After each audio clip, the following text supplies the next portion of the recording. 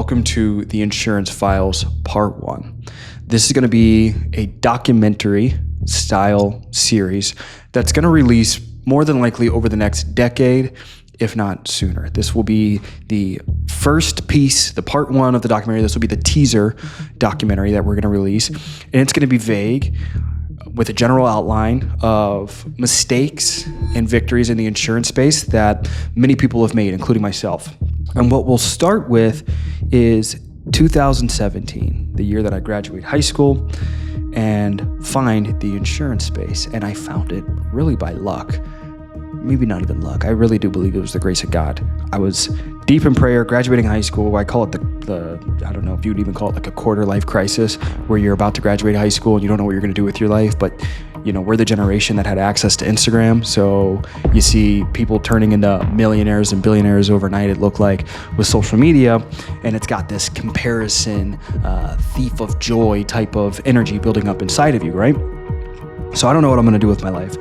Troubled, typical American come up story, whatever. I'm uploading my high school resume or high school diploma as a resume onto different job sites. I think I clicked on LinkedIn, different, applications and things like that. And I got an automatic. From when I reflect back when I was 18 years old, I thought it was a personal response from this company. I bought in, I was excited, told my mom and my friend, I found, job of the year, insurance sales. I Google the company, I look it up, and here's where it all begins. Here's where anybody with any level of maturity, wisdom, common sense, competency, however you want to classify it, would start to see red flags. So I take my mom's car up there, and I'm wearing this used Gabriel Brothers suit. It's like a Goodwill type of suit. This is when I should have known. There was no prerequisites. The office is, think of like Wolf of Wall Street, but like a welfare version, like a Goodwill version, the Temu version of Wolf of Wall Street. 99% just 30-year-old males, a bunch of testosterone, like just juiced out of their gills, and Maseratis in the parking lot. And you could imagine being an 18-year-old, young dude, I'm like, I don't know, my energy, my nerves are through the roof. I'm like, this seems like the job of a lifetime. I don't know what they're doing, but I want to be a part of it. I remember sitting down for the interview and the interviewer going, yeah, well, listen, you don't really need anything. You just need an insurance license. We don't really have any qualifications, any prerequisites. We want to work with young, athletic, hungry, and coachable people. You got to be hungry, humble, and coachable, which was really, when I look back and dissect it, you wanted to find someone young, easily able to manipulate, and that you could pray and rely on that youthfulness, that lack of experience, but simultaneously this young man that's just, enamored with the vehicles, the lifestyle, like that, again, that Wolf of Wall Street type of vibe. So I ended up thinking I'm getting scammed, because they're like, you got to get the life insurance course. I'm like, oh, it's a course, it's a scam, whatever it is. But I was like, oh, maybe I'll be a part of this, whatever. So get the course, I get the license, I get this all within like 24 hours. I start the course, it was like 11 a.m., get it done, etc. And then fast forward to the license getting approved. And mind you, you jump into this culture and it's like 24/7 grind. So like I start to basically not sleep. I'm just either reading self-help books, motivational books. It's like very low level, surface level, like go work harder, think bigger, write down your goals, and just believe you're gonna make it. And I'm 18 years old, so like I don't know anything from anything. And this is how a lot of people are. I can't tell you how many stories, and hopefully we'll have some included, but I have hundreds, thousands of stories of individuals that have shared similar experiences, and it's a blessing. It's not just like a curse. This isn't going to be some documentary of the victims. There's only the lesson, what can be learned, and what you can apply to your life to minimize the amount of time and money that was wasted for thousands, if not millions of people. That's what this is. You will never see anything in association with me woe is me. This is the victim video of, how we lost and how all these horrible things happened. No. Wrong documentary. I get the insurance license. I start working 24/7. I kid you not. When you first get in, all you're thrown into is this competitive environment. And these are all red flags you guys should be writing down. Is if you're joining environments, if you're joining companies in general that are looking for you to just listen, not to think, just obey, don't think, don't have questions. As soon as you do, you're outcasted. You're looked at disloyal. Look at the terminology. Look at anything if your children were to come back to you and say, hey, Dad, my new job is requiring me only to be hungry, humble, and coachable. No job experience, no actual extensive questions on what am I able to do, skill set wise, and what the vision of the company ultimately looks like. It's just hyping you up on go make a lot of money and be hungry and coachable and be the most competitive person ever, because Michael Jordan would do that. As soon as companies start to make references, and again, I can't tell you how many meetings, and again, you're young, so you're hearing the Michael Jordan references, the Tom Brady, the Mike Tyson references. I would be up until 2 a.m., 3 a.m. taking notes on a Mike Tyson video, and I can tell you all these people, so many stories of people like this, staying up late, waking up early, in the middle of the day, sending notes on some completely irrelevant mindset, mental, just programming you to just stay focused, stay hungry and coachable, so you can stay locked in, keep making your upline or this company money that really doesn't care about you whatsoever. You've got the license going, you've got your first year of business going, and you'll see this with a lot of individuals. For myself, I did $220,000 of business. This is door-to-door insurance because it's pre-COVID. This is 2018 now. I got hired the fall of 2017. So it's 2018, my first full year into business. I make $114,000.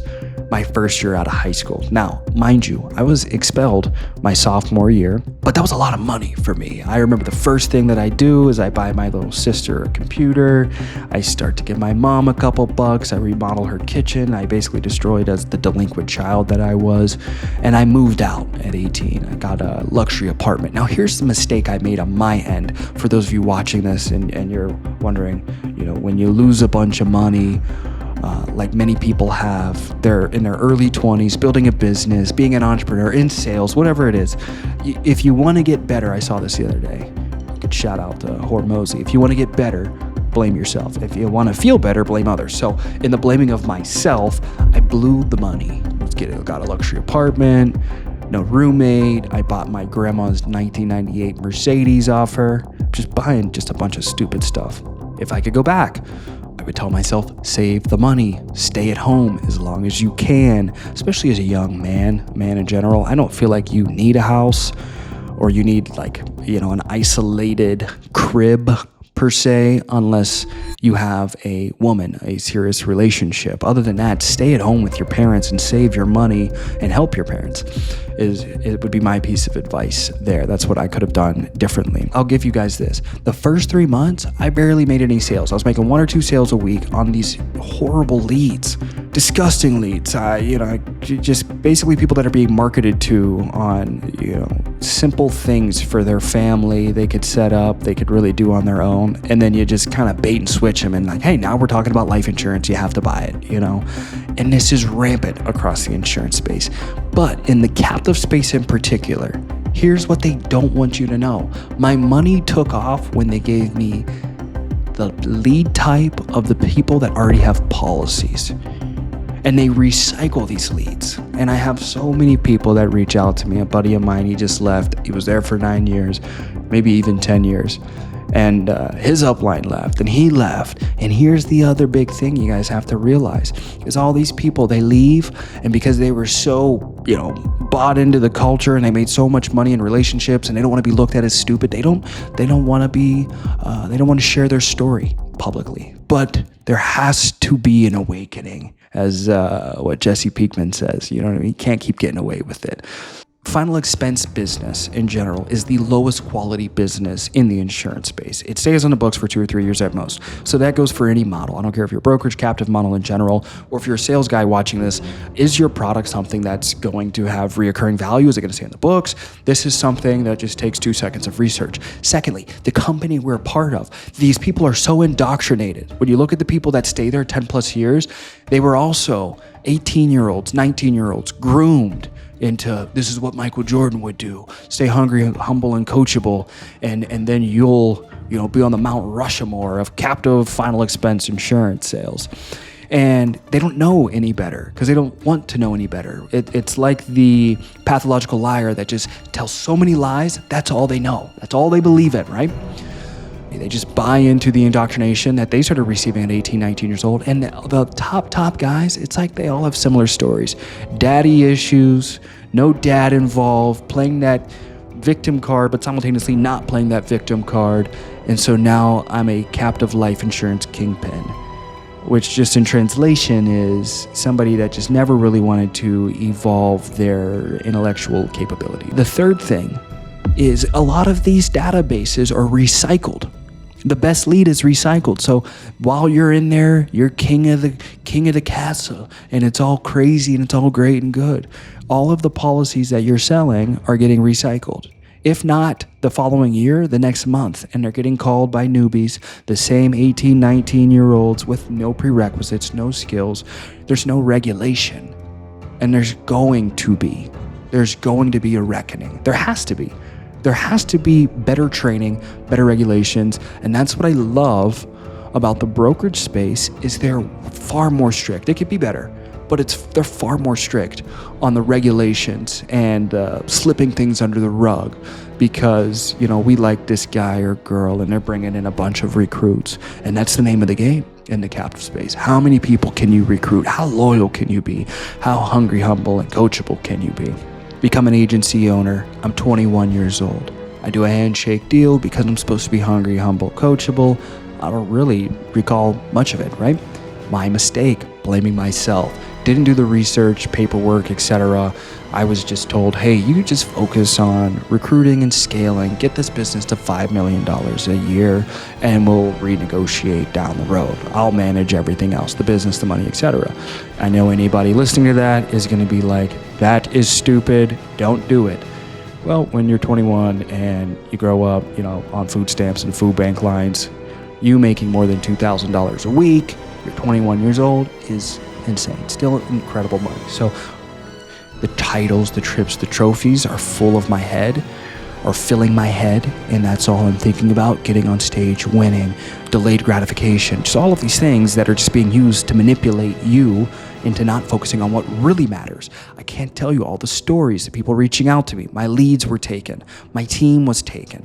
My business was taken because I was so caught up in the self-help books, the self-help YouTube videos, and sending notes, and the constant hour-long meetings every single day on how I need to perform more like Mike Tyson. This is what he would do. Mike Tyson's a professional boxer. We're selling low-quality, bottom-of-the-barrel life insurance with an exclusive, singled-out company.